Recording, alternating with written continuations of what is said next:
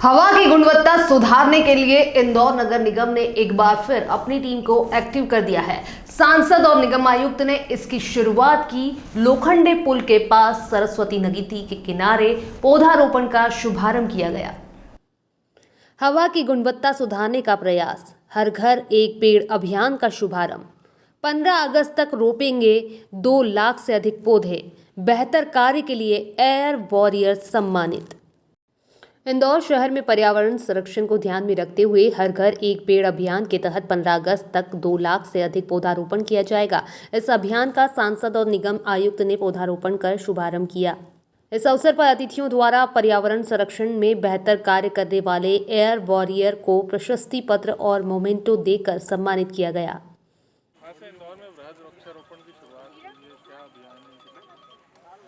देखिए, पर्यावरण को लेकर इंदौर हमेशा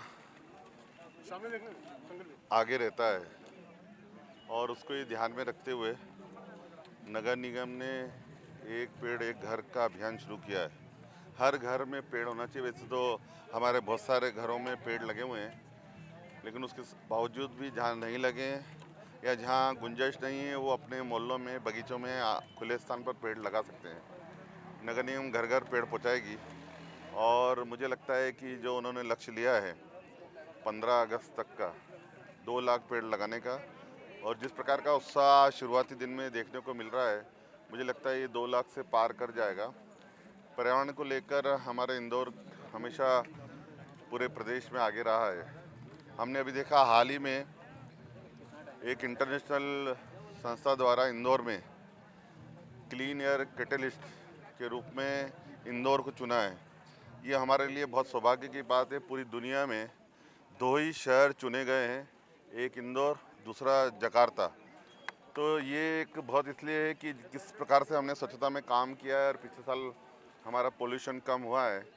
तो पिछले आने वाले वर्षों में वो लगातार ये देखेगी कि किस प्रकार हम एयर की क्वालिटी किस प्रकार हम सुधार सकते हैं, उसका पूरा वो फंडिंग करेगी, उसका मैकेनिज्म तैयार करेगी और ये पूरे देश के लिए एक रोड मैप के रूप में होगा कि इंदौर किस प्रकार पोल्यूशन के मामले में आगे बढ़ रहा है।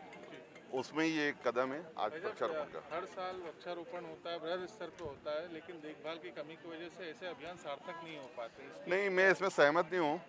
मैं जब इंदौर विकास प्राधिकरण का अध्यक्ष था, तब आपने सुपर कॉरिडोर पे और रिंग रोड पे आपने देखा होगा, हमने कॉन्ट्रैक्टर की जवाबदारी तय करी थी कि आपको फुल पेमेंट तभी मिलेगा जब वृक्ष बड़े हो जाएंगे।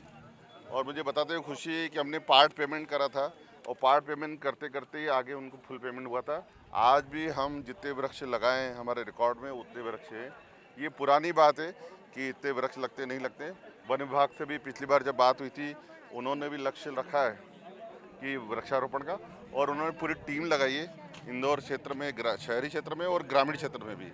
तो मुझे लगता है लोगों की भी अवेयरनेस है और विभाग भी चिंता कर रहा है। वन विभाग ने नगर निगम को पत्र लिखा था कि कान नदी के किनारे जो अवैध कब्जे हैं वो हट नहीं पाए, तो पौधारोपण कहाँ होगा? देखिए, वो 1-2 जगह हैं, बाकी मैंने खुद ही वन विभाग द्वारा जो वृक्षारोपण का कार्यक्रम था, जो नगर निगम के साथ मिलकर ये ध्यान रखा गया है कि इस प्रकार के पौधे चुने जो ऑक्सीजन ज़्यादा जनरेट करते हैं, पर्यावरण के लिए अच्छे हैं, लोगों के लिए अच्छे हैं।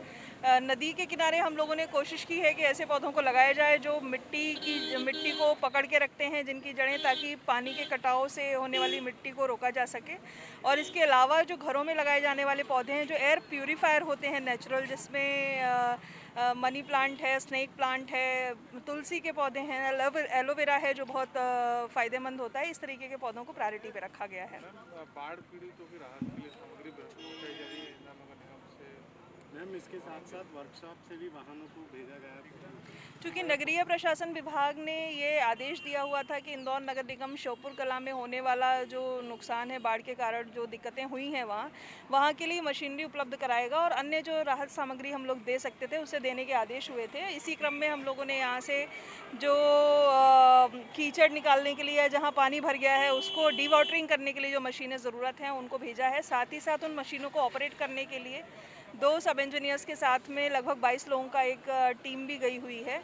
इसके अतिरिक्त चूँकि यहाँ जन सहयोग लोग हमेशा आगे बढ़कर करते हैं, तो ऐसे हम लोगों को 2-3 संस्थाओं ने जन सहयोग किया है, जिनके माध्यम से कुछ राशन के 5000 पैकेट्स भी भेजे गए हैं और कुछ कपड़े और कंबल भी। तो इस तरीके से ये शासन के आदेश थे कि जो बड़े नगर निगम हैं इंदौर और भोपाल को इस संबंध में निर्देश दिए गए थे और उसी क्रम में हम लोगों ने ये कार्रवाई की है। आगे भी सिलसिला जारी रहेगा। यदि आवश्यकता होगी, हमारे अपने प्रदेश के लोग हैं और जहाँ भी ऐसी आवश्यकता होगी जहाँ नगर निगम किसी भी प्रकार का सहयोग कर सकता है, हम लोग उसके लिए सदैव आगे रहेंगे। मैडम शहरवासियों से भी अनुरोध किया जा रहा है कि वे भी शहर में हवा की गुणवत्ता सुधारने में योगदान दें और एक पौधा जरूर लगाएं। Bureau report, good evening news, Indore.